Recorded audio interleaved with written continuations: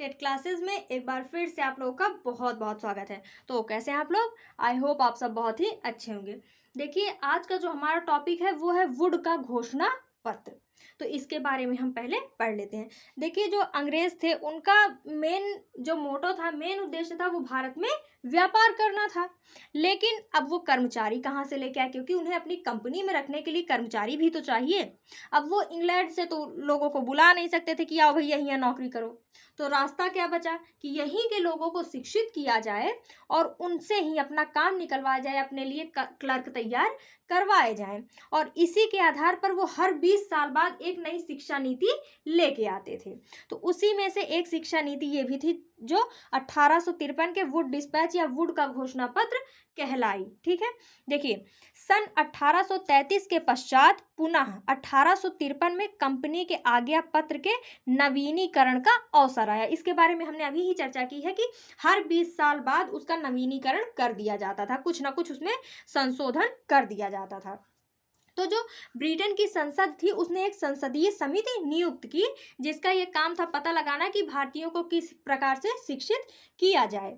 ठीक है, फिर आगे है 19 जुलाई 1854 को भारतीय शिक्षा नीति की घोषणा की गई। उस समय Charles Wood board of control का प्रधान था, इसीलिए उसी के नाम पर इस घोषणा पत्र या इस आदेश पत्र का नाम वुड का शिक्षा घोषणा पत्र करवाया गया। मतलब उसका नाम इसीलिए रखा गया वुड का शिक्षा पत्र या फिर वुड का आज्ञा पत्र। क्यों? क्योंकि वो उस समय बोर्ड ऑफ कंट्रोल का हेड था। ठीक है, और ये जो वुड डिस्पैच या फिर वुड का घोषणा पत्र है, इसको भारतीय शिक्षा का महाधिकार पत्र यानी Magna carta of Indian education इसको बोला जाता है। तो अब देख लेते हैं इसमें कौन कौन सी बातें की गई थी या फिर कौन कौन से सुझाव दिए गए थे या कौन कौन सी सिफारिशें की गई थी भारतीयों की शिक्षा को लेकर। तो वो इस प्रकार थी। सबसे पहले है शिक्षा का उत्तरदायित्व, यानी कि जो वुड ने घोषणा पत्र दिया उसमें सबसे पहले पॉइंट उसने रखा कि शिक्षा का उत्तरदायित्व। उसने माना कि जो शिक्षा का उत्तरदायित्व है वो कंपनी का है, क्योंकि अब वही राज कर रहे हैं, वही सब कुछ कर रहे हैं, तो शिक्षा का दायित्व किसका हुआ? कंपनी का हुआ। यानी वुड डिस्पैच में ये कंफर्म कर दिया गया कि शिक्षा का उत्तरदायित्व कंपनी का होगा।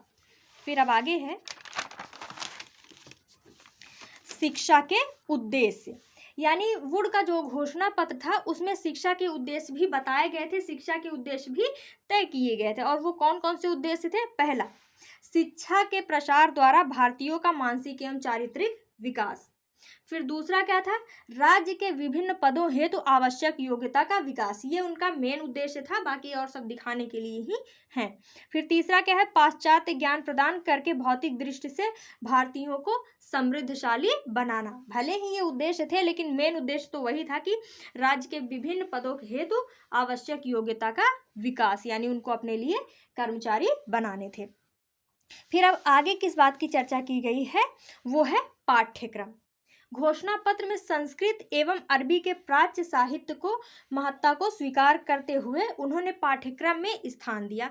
साथ ही पाश्चात्य साहित्य एवं विज्ञान को भी भारतीयों के लिए उपयोगी माना। यानी इसने जो पाठ्यक्रम तैयार किया उसमें प्राच्य साहित्य, प्राच्य भाषा और पाश्चात्य साहित्य, भाषा विज्ञान को भी दोनों को मर्ज करके इन्होंने पाठ्यक्रम का निर्माण किया।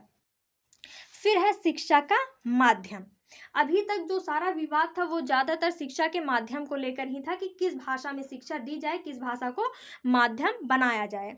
तो वुड ने इस पे भी अपनी राय रखते हुए कहा कि शिक्षा का माध्यम अंग्रेजी और जो भारतीय भाषाएं हैं दोनों हों, यानी कि दोनों को साथ में लेके चला जाए, दोनों माध्यमों से ही शिक्षा दी जाए। जो व्यक्ति अंग्रेजी को समझते हैं, जिनको अंग्रेजी का समुचित ज्ञान है, उन्हें अंग्रेजी माध्यम में शिक्षा दी जाए, बाकी और लोगों को उनके हिसाब से शिक्षा दी जाए। लेकिन फिर भी जोर ज़्यादातर अंग्रेजी भाषा पर ही दिया गया था।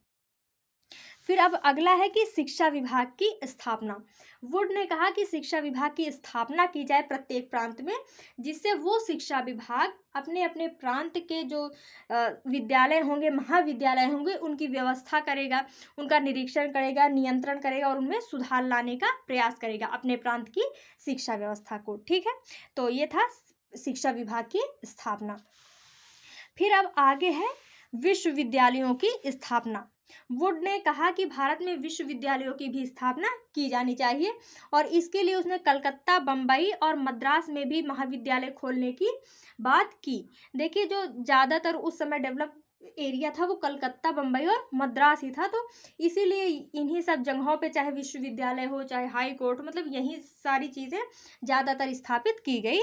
तो वुड की डिस्पैच जो था, वुड का घोषणा पत्र, उसमें विश्वविद्यालयों की स्थापना की भी बात की गई। और एक बात और कहा गया कि ये जो विश्वविद्यालय बनेंगे इनका आदर्श लंदन विश्वविद्यालय होगा, यानी जो लंदन विश्वविद्यालय में है, जो लंदन में विश्वविद्यालय है, उन्हीं को आदर्श मानकर यहाँ पर भारत में विश्वविद्यालय खोले जाएंगे।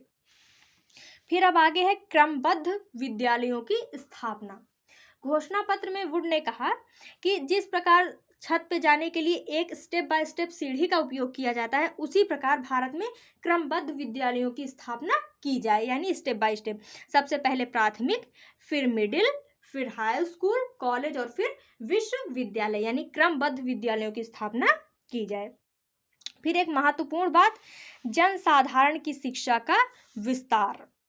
कहने का मतलब है कि जब मैकाले आया था तो उसने निस्यंदन का सिद्धांत दिया था, जिसके तहत जो समाज के उच्च वर्ग के लोग हैं उन्हीं को शिक्षा प्रदान की जाए। लेकिन जब वुड का घोषणा पत्र आया तो उसमें वुड ने कहा कि जनसाधारण को भी शिक्षा का अधिकार है, उन्हें भी शिक्षा दी जानी चाहिए, और उन्होंने निस्यंदन के सिद्धांत का खंडन किया। ठीक है, फिर आगे है प्रशिक्षण विद्यालयों की स्थापना।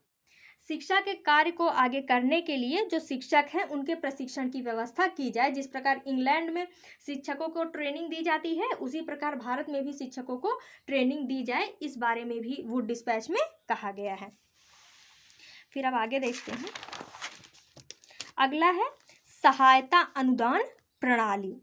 कहने का मतलब है कि देखिए, अगर ज़रूरत हो तो भारत में जो पहले से ही विद्यालय हैं उनको सहायता देकर आगे बढ़ाया जाए, उनको अनुदान देकर उनको जारी रखा जाए, वहाँ पे शिक्षा जारी रहे। और इस सहायता अनुदान से वहाँ पे प्रयोगशाला, पुस्तकालय, वाचनालय, भवन निर्माण आदि किया जाए। ठीक है, तो इसमें सहायता अनुदान प्रणाली की भी बात की जाए कि कुछ ना कुछ फंड उनको दिया जाए। फिर है स्त्री शिक्षा। देखिए, जो वुड डिस्पैच आया उसमें स्त्री शिक्षा को महत्वपूर्ण स्थान दिया गया, और जिन लोगों ने भी स्त्री शिक्षा के लिए काम किया था उनको प्रोत्साहन दिया गया और उनको पढ़ाने के लिए भी प्रोत्साहित किया गया। फिर है व्यावसायिक शिक्षा। वुड डिस्पैच जो आया इसमें व्यावसायिक शिक्षा को भी महत्वपूर्ण स्थान प्रदान किया गया था कि ऐसे विश्वविद्यालय, ऐसे विद्यालयों का निर्माण किया जाए जहाँ पे बच्चों को व्यावसायिक शिक्षा दी जाए। फिर अगला है मुसलमानों की शिक्षा।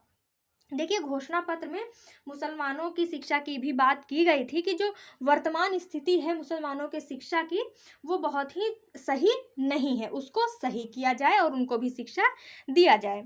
फिर अगला जो सिफारिश थी, अगली बात थी कि प्राच्य साहित्य और प्रचलित भारतीय भाषाओं को प्रोत्साहन। देखिए, घोषणा पत्र में प्राच्य साहित्य को प्रोत्साहन प्रदान करने का सुझाव दिया गया। पाश्चात्य साहित्य तथा विज्ञान के प्रसार के लिए घोषणा पत्र में कहा गया कि इनका अनुवाद प्राच्य भाषाओं में किया जाए और भारतीय भाषाओं के पुस्तक लिखवाने तथा लेखकों को पुरस्कृत करने का सुझाव दिया गया। कहने का मतलब है कि जो लोग प्राच्य भाषाओं में लिखते हैं, जो लेखक हैं, उनको प्रोत्साहन दिया जाए। उसके अलावा जो अंग्रेजी माध्यम में जो भी ज्ञान है, जो भी साहित्य है, उनको ट्रांसलेट करके प्राच्य भाषाओं में किया जाए। प्राच्य भाषाओं में मतलब जो भारतीय भाषाएं हैं, अरबी, उर्दू, फारसी, मतलब संस्कृत, इनमें ही उनको ट्रांसलेट किया जाए।